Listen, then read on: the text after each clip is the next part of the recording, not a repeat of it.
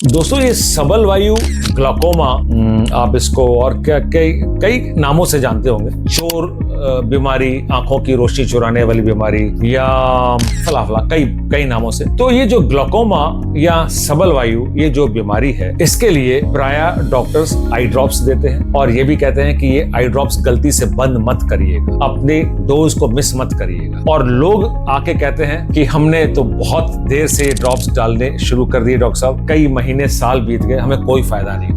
दोस्तों मैं doctor Jitendra Wahi, Greens medical centre Kanpur road Lucknow से आज इसी विषय पे आपसे बात करूंगा। और शायद ये मेरा आज ये टॉपिक चुनने की वजह यही है कि ड्रग कंप्लायंस, हिंदी में दवाई का डालने की अनिवार्यता कितनी जरूरी है, खास करके जब हम इस बीमारी के बारे में बात करेंगे, दैट इज ग्लाकोमा या सबल वायु या काला मोतिया। मैं आपको बहुत ही जिम्मेदारी से कहना चाहता हूं कि मेरे को 30-35 साल हो गए अपने ऑप्थेल्मोलॉजी के नेत्र चिकित्सा के प्रोफेशन में, और अब तो शायद मैं रिटायरमेंट की तरफ आगे बढ़ रहा हूं। और मैंने कितने ही ग्लाकोमा के या सबल वायु के मरीजों को देखा, उनको ट्रीट किया या कॉन्फ्रेंसेज अटेंड करी, और मैंने कितने ही लोगों को अच्छी हालत से खराब हालत में, यानी कि आंखों की रोशनी को जाते हुए या आंखों की रोशनी का नुकसान होते हुए देखा है। और मैंने उन लोगों को भी देखा है जो वाकई पढ़े लिखे थे, एजुकेटेड थे, जो दवाई अफोर्ड कर सकते थे, और शायद उनके रोग के बिगड़ जाने के कारण मुझे तो नहीं समझ में आता। फिर घूम फिर के बात एक ही जगह आती है, ड्रग कंप्लायंस, यानी कि क्या आपने वाकई दवाई डाली है,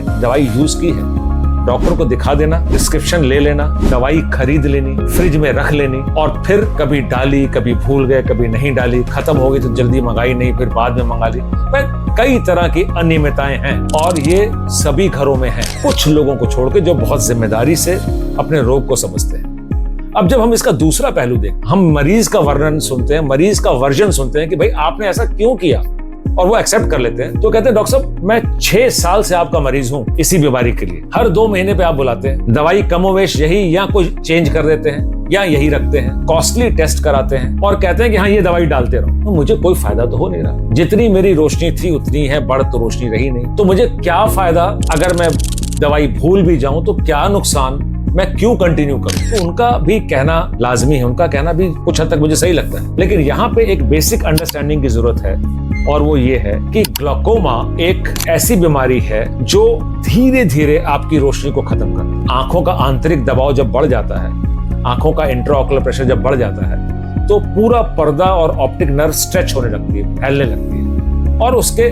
जो नर्व एंडिंग्स हैं या जो उसके जो गैंग्लियन सेल्स हैं वो मरने लगते और धीरे धीरे रोशनी कम होने लगती। अब कैच क्या है कि जो भी सेंट्रल विजन जब मैं देख रहा हूँ, जो सामने देख रहा हूँ, वो रोशनी कभी नहीं जाती, वो सबसे आखिर में जाती है। ग्लाकोमा में जो रोशनी धीरे धीरे नष्ट हो रही है, वो पेरिफेरी से सेंटर की तरफ, यानी कि बाहर से अंदर की तरफ रोशनी कम हो रही है। अगर इतना बड़ा गोला मैं देख सकता हूँ सामने देखते हुए, तो पहले रोशनी किनारे की कम होगी और कम होगी और सेंटर की रोशनी सबसे आखिर में कम होगी। तो जब ये सेंटर में दिखता रहता है तो मुझे लगता ही नहीं, महसूस ही नहीं होता कि मेरी रोशनी कम हो रही, और कोई कारण भी नहीं है। मुझे लगता है कि मैं दवाई डालूं या ना डालूं, मेरी रोशनी तो ठीक है। पर जब डॉक्टर टेस्ट कराता है, फील्ड्स कराता है, ओसीटी कराता है, तब वो बताता है कि साहब आपका तो बहुत नुकसान हो रहा है, क्या वजह है। तब वो मरीज एक्सेप्ट करते हैं कि हम कभी कभी अपनी दवाई नहीं भी डालते हैं, भूल जाते हैं, खत्म हो जाती है तो मंगाने में देर हो जाती है, दवाइयाँ डॉक्टर साहब बहुत महंगी हैं, हम अफोर्ड नहीं कर पाते हैं, तो हम आपने दिन में 2 बार कहा तो अब 1 ही बार डालते हैं।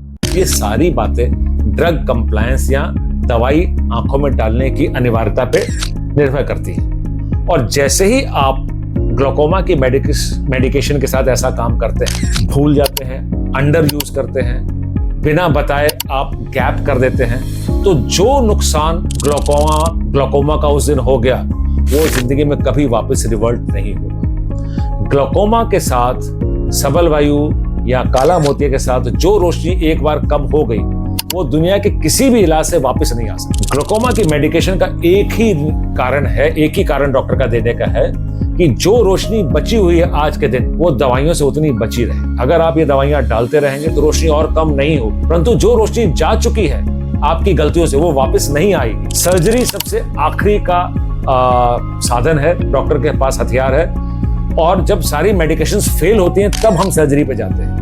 तो प्रायः हमें मेडिसिन से आई ड्रॉप्स ही यूज करने हैं और डॉक्टर के कहे हुए दिशा निर्देश के साथ ही यूज करने हैं, ताकि हमारे आंख में रोशनी का नुकसान ना हो। जो रोशनी चलेगी वो वापस नहीं आएगी। इसलिए अगर ये कहना लोगों का कि हम ग्लूकोमा के ड्रॉप्स डालें ना डालें, हमें कोई फायदा तो हो नहीं रहा है, ये बहुत बड़ा भ्रम नहीं, बहुत बड़ी गलती है। और ये गलती आंख की रोशनी के लिए जानलेवा साबित हो सकती है। तो मेरा आज का ये जो टॉपिक था, मैं इसीलिए आपसे बात करना चाहता था कि मेडिकेशन को के साथ सेल्फ प्ले मत करें। दवाइयाँ जैसे बताई गई हैं वैसे ही डालनी है, अनिवार्य है। डॉक्टर अगर चेंज करे, डोज चेंज करे, ग्रुप चेंज करे, ब्रांड चेंज करे, तो उसको फॉलो करना है, अपना दिमाग इसमें नहीं लगाना है। दोस्तों, अगर आपको मेरी ये बात आज अच्छी लगी हो तो आप ज़्यादा से ज़्यादा से लोगों के साथ इसको शेयर करें। आप YouTube पे जाकर मुझे सब्सक्राइब कर सकते हैं, Instagram पे फॉलो कर सकते हैं, Facebook पे मुझे लाइक कर सकते हैं और अपने दोस्तों, रिश्तेदारों और परिवार के साथ भी लोगों के साथ इसको शेयर कर सकते हैं। धन्यवाद।